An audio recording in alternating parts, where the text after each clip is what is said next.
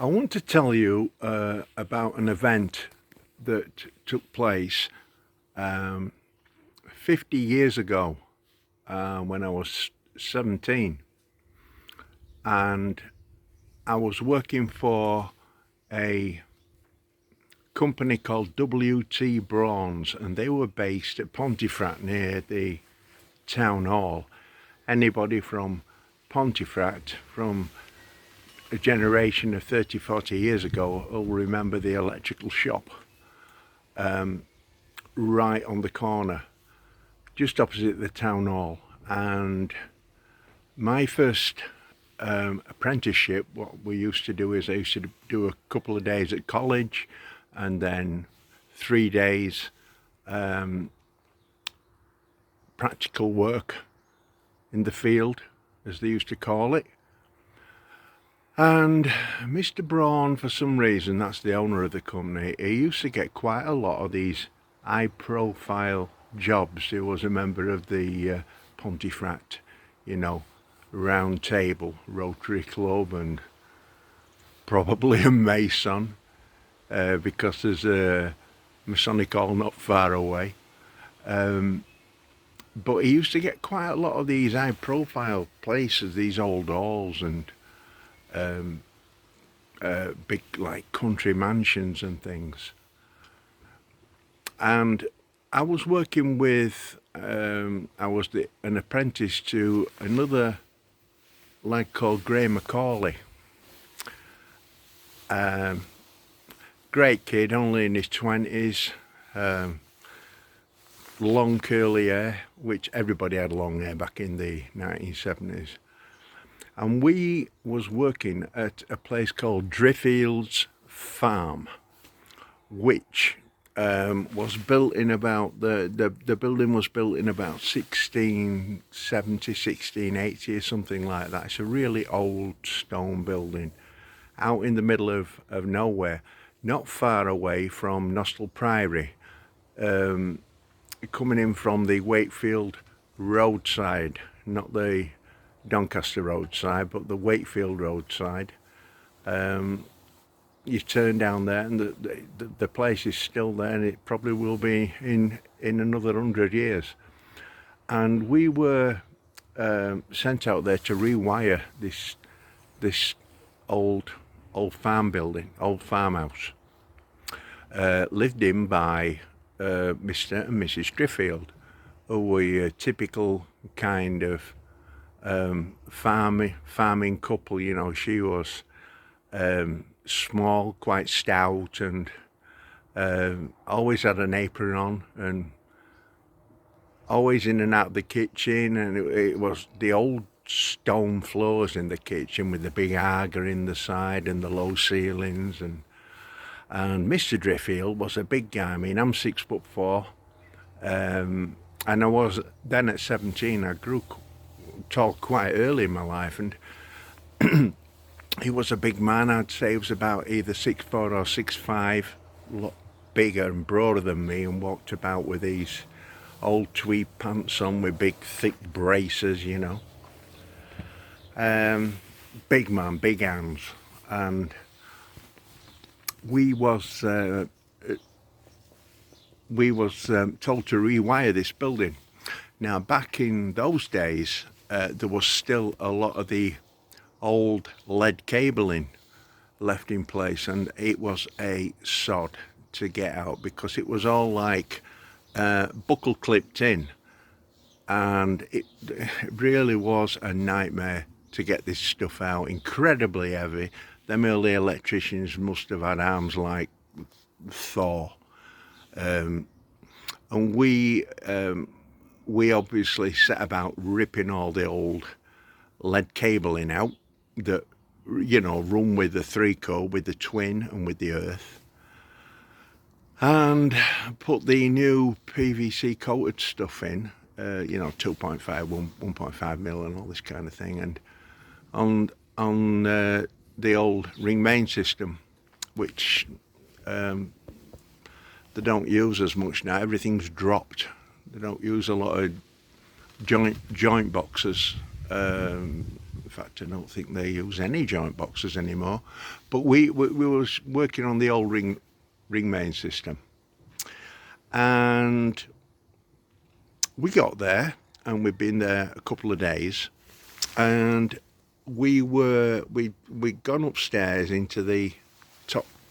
I think, I can't remember how many bedrooms. I think it was about 3 or 4, but with the long, narrow. People was a lot smaller back then, so long, narrow, quite low corridors, and it was the handles on the doors was the old latch type where you pushed, like a thumb latch, you pushed it down and it opened. And we'd was taking the floorboards up. The floorboards was the old, like, 7 or 8 inch width floorboards, big thick things, and we were taking the boards up because we're rewiring upstairs, and we're dropping the cables down because you used to have to channel out then. These walls were solid, so there's no cavities, and you have to channel out with the chisel. Damn hard work, and then put some channeling across and plaster and all this kind of thing. So anyway, we was on with the rewire, and I was downstairs with Graham.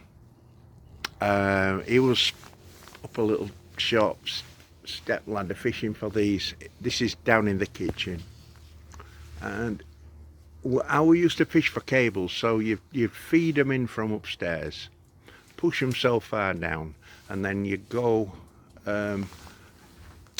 downstairs and get like a coat hanger and wrap it round and fish for the cables until you get hold of one and then pulled it through.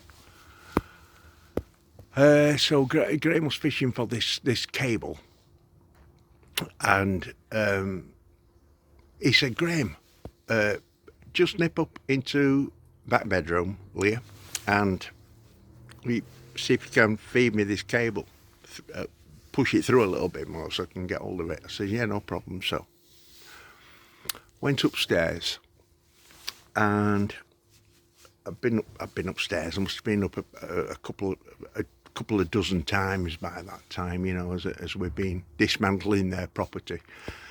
I went upstairs, and when I got to the top of the landing, it was cold. It was a cold, and I can still feel that cold on my hands to this day. It was absolutely very strange. And this is the middle of the day, don't forget. And I don't know what time of year it was. It was 50 years ago. And I walked down this little corridor to this bottom bedroom that apparently belonged to the son, but the son had joined the army, and he left his air rifle in there, and I was a little bit of a monkey, and I'd been loading this air rifle and shooting these pellets out the window, some apples, or the audacity of youth, I suppose. And I opened the door, and there was a man stood in front of me.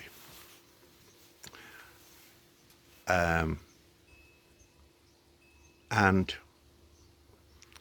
he was looking at me, but he was not looking at me at the same time. He was looking like through me. And what seemed like 10 seconds was probably only 1.5, 2 seconds. But I felt my knees go absolutely weak.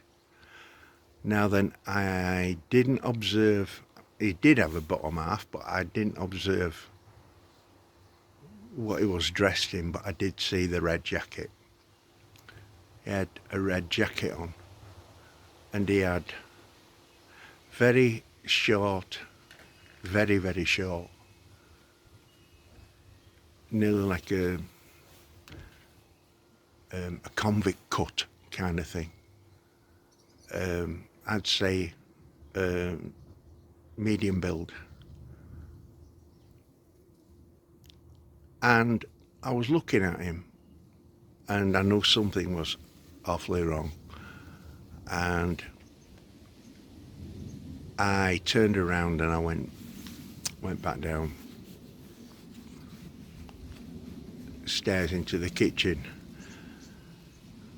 And obviously everything was just going off normally downstairs. And Graham must have realised there was something wrong with me. So he said, "What are you doing?" So he said, "Where's cable?" I said, "Somebody up there." He says, "Oh." I said, "A bloke. There's a bloke up there." So he said,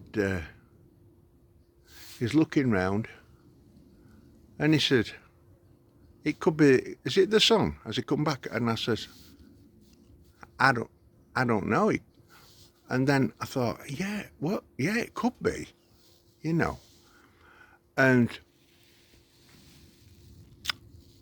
Mrs. Driffield came into the kitchen, and she must have picked up that something was wrong. And so Graham said to her, "Is somebody upstairs? Is your son home in back bedroom?" She says, "No." And he says, "Well, Graham here seen somebody in your back bedroom." "Ah, right, you've seen our friend," she said. So I forgot. She shouted her husband. It's vague. And he came in. And she said, "What did she call him, James or something?" And she said, "This young man here has seen our friend." Oh, and he started laughing.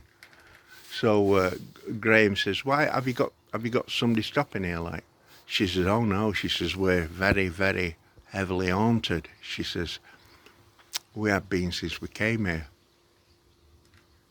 And I mean, I can still feel ghost lumps sticking up on me. So I remember Graham saying to her, "What do you mean you're heavily haunted? Have you got a ghost?" She says, "Very much so." She says, "And Mr. Driffield said to me, he won't hurt you, lad." To me, he won't hurt you, lad. And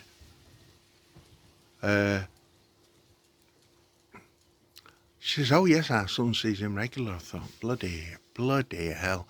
So I said to Graham straight away, I said, I can't go back up there, mate. I'm not going back up there. And Graham said to me, Graham, you better not don't be saying, oh, when we get back to, work, back to works, and because we used to have to like go debrief and all that shit and pick some new stock up for following day. And he said, don't be saying, oh, they won't believe us. So I said, "No, do you know what? I've never worked as quick on it." So we worked as twos then. I wouldn't go upstairs on my own, and Graham wouldn't go upstairs on his own either. And but it happened. I actually saw this person who'd obviously appeared before. Now then, I've had 2 more events in my life where something's happened, but that was the most damn profound. With something that, well, you can tell I'll never forget. And I bet Graham Macaulay never forgot that either. But we kept it quiet, and it's a story that, well, myself and Graham and Mr. and Mrs. Driffield will be long, long gone now. And I just wanted to make a little tape of that and a little film and put it on YouTube. Otherwise, it had just been nothing, and disappeared in time. But ever since that, because there's a lot of things that we don't understand, folks. Believe me. I think the majority of people never see anything, but when you see something, it is bloody awful, really.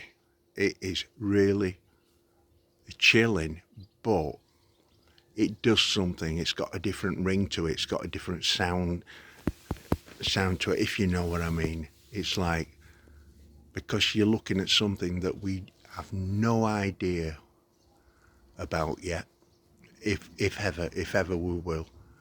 But yeah, that happened, and 50 years ago.